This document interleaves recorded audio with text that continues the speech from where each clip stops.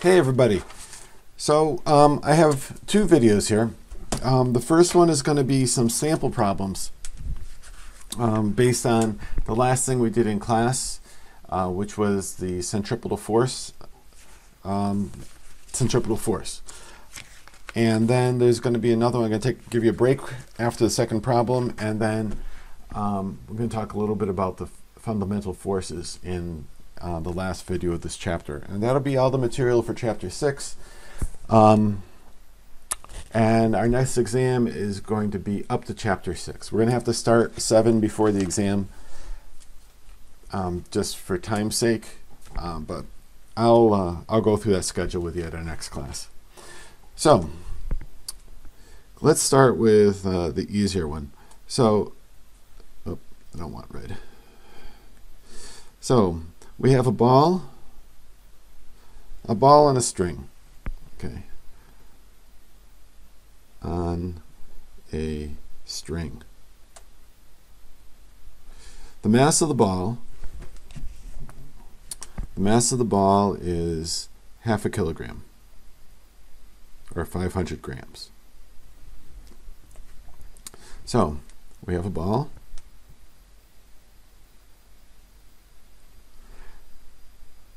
and we have a string.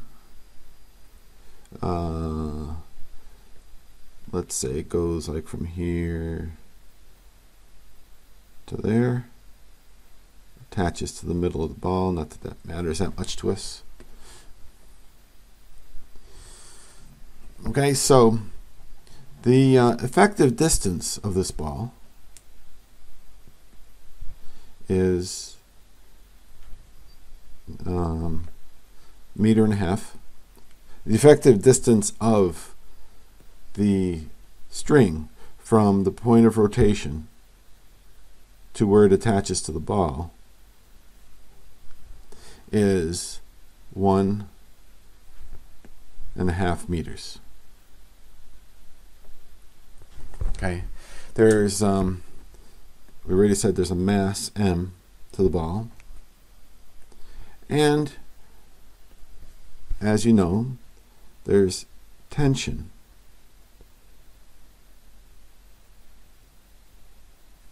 Okay, T is the tension in that string.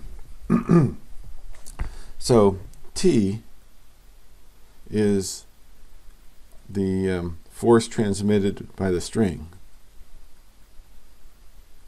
And since it's a string, we know it is in tension.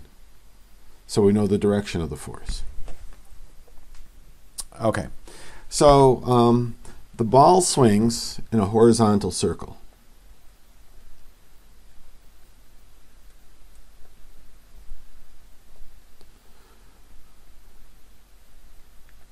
So that's significant because that means we can ignore the effects of gravity because they're going to be the same everywhere. All right, so we're just dealing with the centripetal force caused by the rotation. And the last part of this, at a constant speed. All right, so this is saying we have uniform circular motion. Okay, those are the code words to say of uniform circular motion, and you can use those relationships. Okay, now the string, the cord, string, whatever you want to call it, can withstand a maximum force of T equal to, we're going to call that T sub max, of 50 newtons.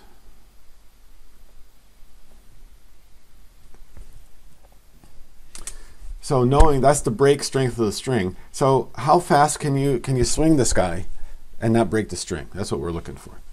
So find V max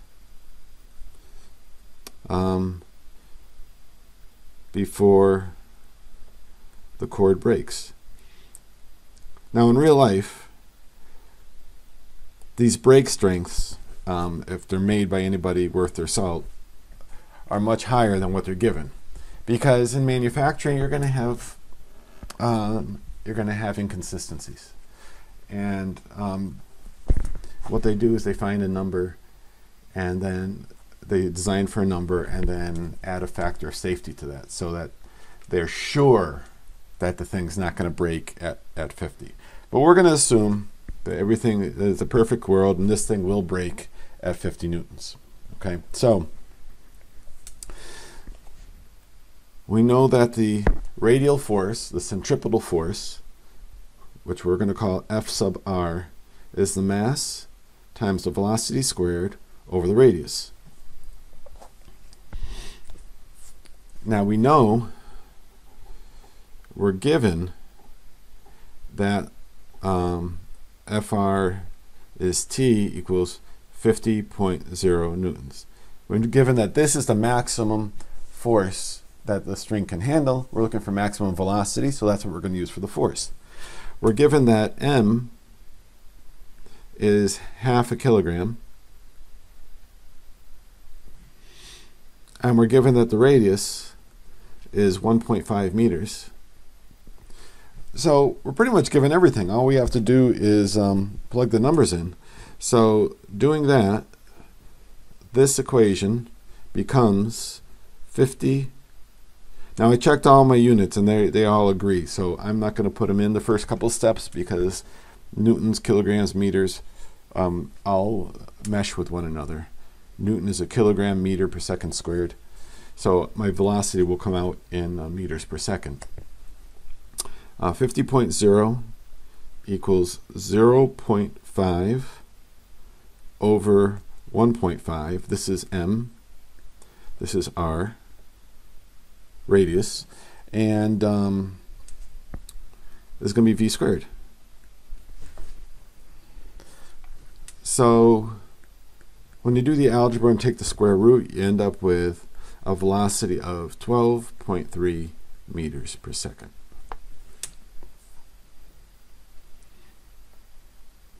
Okay, not bad. The hardest part of this problem was just recognizing that since they give you this maximum force up here, that is the radial force.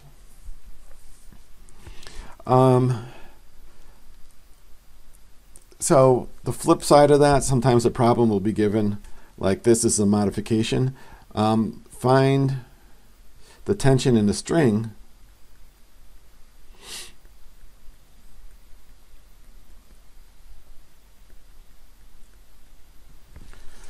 when V equals 5,000. Nope, sorry, not 5,000. 5 meters per second. 5.00 meters per second. All right, and this is a straight plug-in problem. Force, radial force is mass V squared over R, 0.5 times 5.00 squared over 1.5 would give you 8.33 newtons. Okay. Now, remember uniform circular motion. Just a quick review here. Okay, so we've got this circle, and we've got a radius, got a string here. Okay, and we've got some object.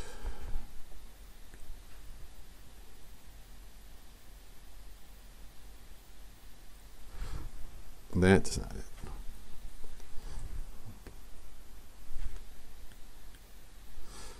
Some object here. Ah.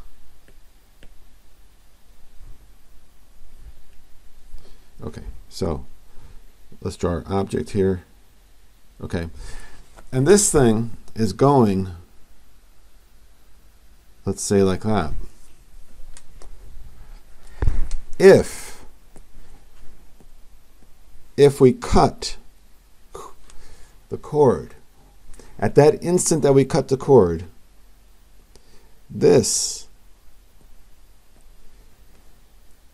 guy right here is going to fly off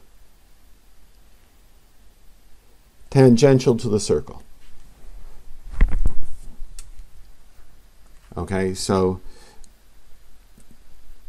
if we cut the cord, the object continues in a straight line at constant velocity. Okay, that's just Newton's first law. Okay, because there's no longer any force acting on it. Okay, neglecting gravity. Obviously, if this is a horizontal circle and it's going, you let go of it. Now gravity is going to be acting on it. We were ignoring gravity when we were doing the ball on the string. Okay, so then you'd have a projectile. All right. Second problem. This is a banked exit ramp from a highway.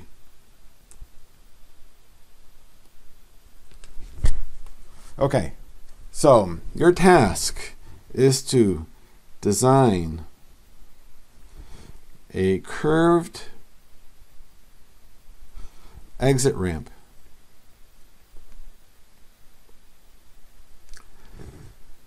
so the car will not need to rely on friction to round a curve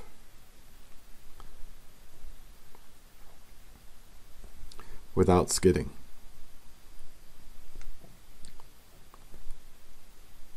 Okay, so you're going to design this thing so that it could be a car with bald tires on ice with a thin layer of water, which is essentially as close to zero friction as we get in the real world, and it will not slide off the road.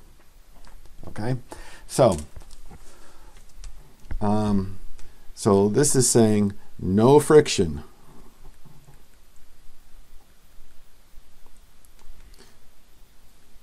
between tires and road. Okay, so to do this, we know the ramp has to be tilted inward. Or let's use banked, since that's the word we're using. That's what we're calling it. Banked toward, be more specific, the inside of the curve.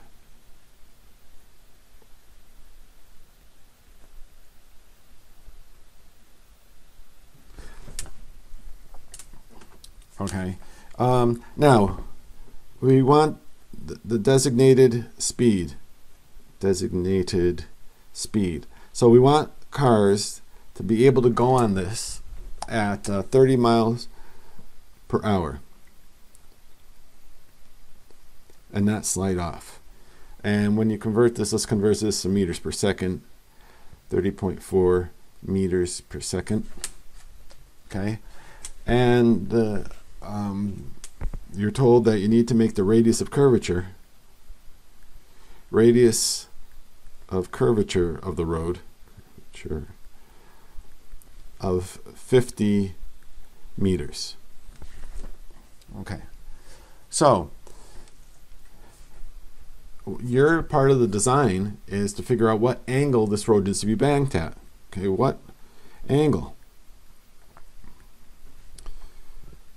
does the road need to be banked? I guess I should put the at in the beginning. At what angle does the road need to be banked? All right, so Pictures. Pictures are always good. Start with pictures. So here's our situation, side view. Or actually, this is like a back view. Okay, we have our car. Let's say the car is going into the paper. And we have a level surface. We have our normal force.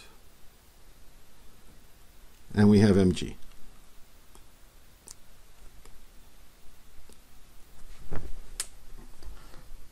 Okay, so in this situation, the car cannot turn. If the wheels try to turn, it's just the car is going to keep going straight because there's no friction between the tires and the road, and there's no bank in to the road, so it's just going to keep going. Okay, so this is the no friction, no banking situation. Okay, now another situation we can have is still no banking. We still have our normal force up.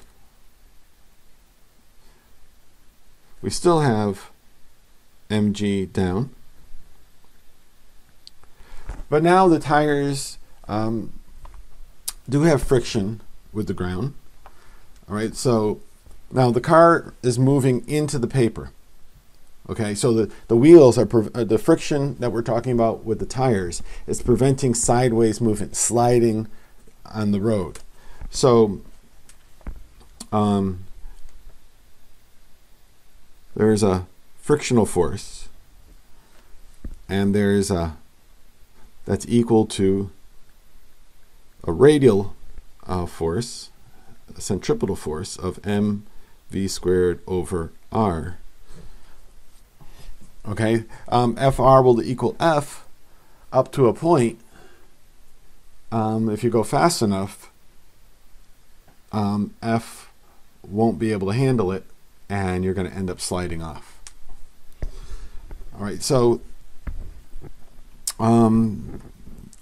so that's the second situation. That's not what we're dealing with this time, though. We're dealing with this one right here,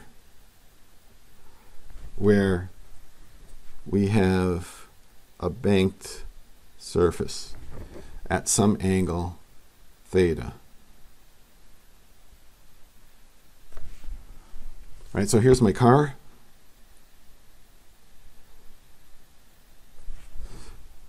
And I don't have friction, but I have mg. And be careful with your n. Remember, n is always perpendicular to the surfaces in contact. Right, so there's an angle here. This angle, and you can prove this to yourself if you need to, with your, pull out your geometry chops. All right, this is going to be theta. So right here, you're going to have an n cosine theta, and here it's going to be an n sine theta. All right, again, the car is moving out of the page. All right, so here's so this was the first one was the no friction, no banking. This one had friction between the tires and the roadway, but no banking. And this one that we're going to deal with now, the one that's our problem, is no friction and banking. Okay, so this one is the situation for our particular problem.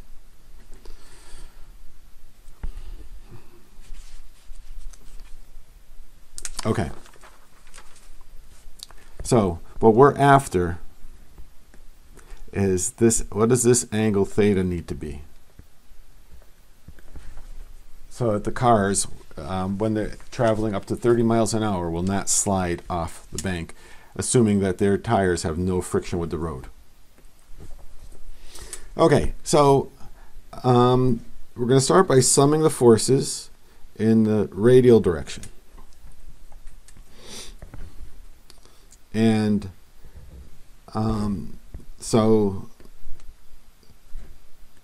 that equals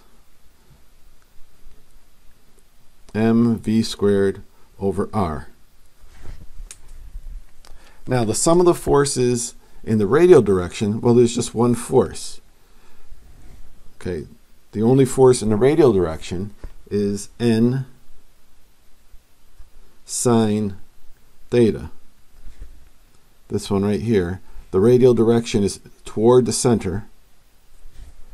Right, so that's going to equal the mass times the velocity squared over the radius. Okay, so this is sum of the forces in the radial direction. That's the equation we get for that one. We'll call this one 1. All right, now we have mg in the y direction, so let's sum our forces in the y direction. So sum of the forces in the y direction,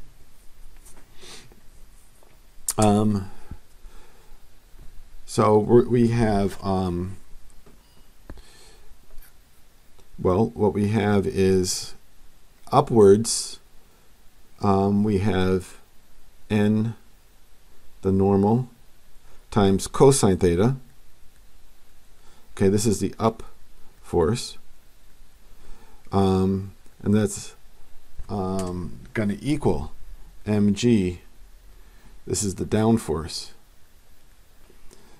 Okay, so now the difference here is we know the sum of the forces have to equal 0 because this car is not moving in the y direction.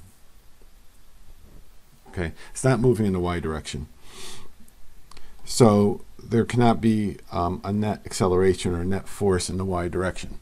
So these two have to equal one another. All right. So this is going to be our equation 2. So now you can choose, you can substitute or you can divide the equations, whatever you want to do. I usually do substitution, so I'm going to do it different. I'm going to divide 1 by 2. Okay, because an equation means that the left equals the right, so the n sine theta is the same thing as mv squared over r, and this is 1, and equation 2, n cosine theta is equal to mg. All right, this works. This is the same as this. This is the same as that. So we're dividing each side by the same thing. Different letters, but because they're equations, the quantities are the same. And that helps us get rid of some stuff. Mass. And that's equation 2 down here. So this works out to sine over cosine is tangent theta. And then when you work this mess out, you end up getting v squared over rg. All right, and we know this, we know this, and we know this. So it's just a matter of doing the math, and your angle ends up being about 20.1 degrees. Okay, so if you made that bank at 20.1 degrees, even if the tires have no friction with the road, if you're going 30 miles an hour or less, you should be able to make that curve.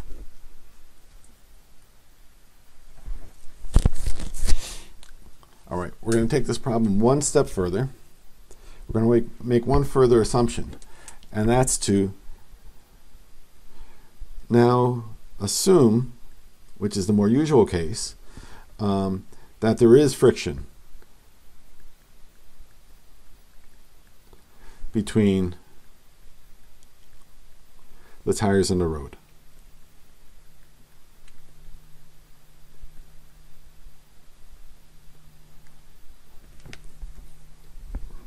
Okay, so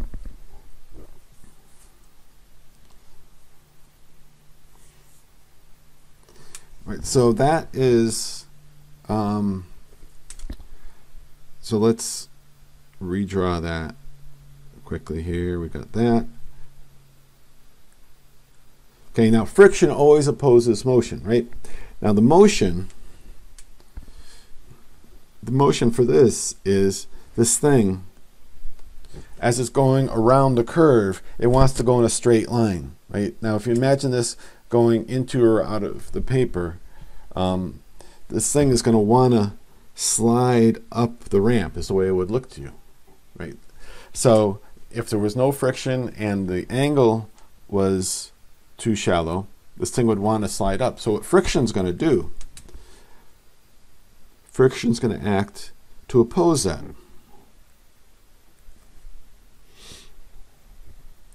All right, so there's going to be a frictional force acting opposite that tendency to go up.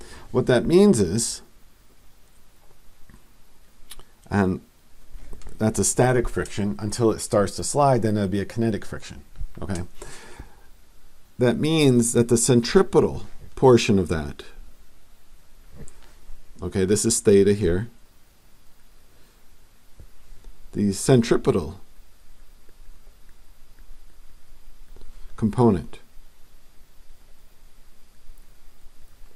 of the frictional force, the part of the frictional force acting toward the center, acting to keep the car from sliding off the ramp, is going to equal that frictional force times the cosine of theta. All right, so this one is F cosine theta. So what that does is that increases the net force available. So the sum of the forces in the radial direction is going to be N sine theta. This is from the banking, the last diagram we drew, plus the frictional force and the cosine of that.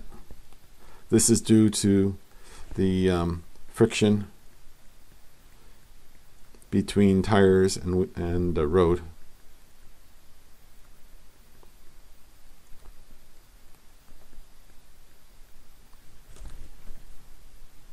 And that's going to equal mv squared over r. Now, since you're increasing the available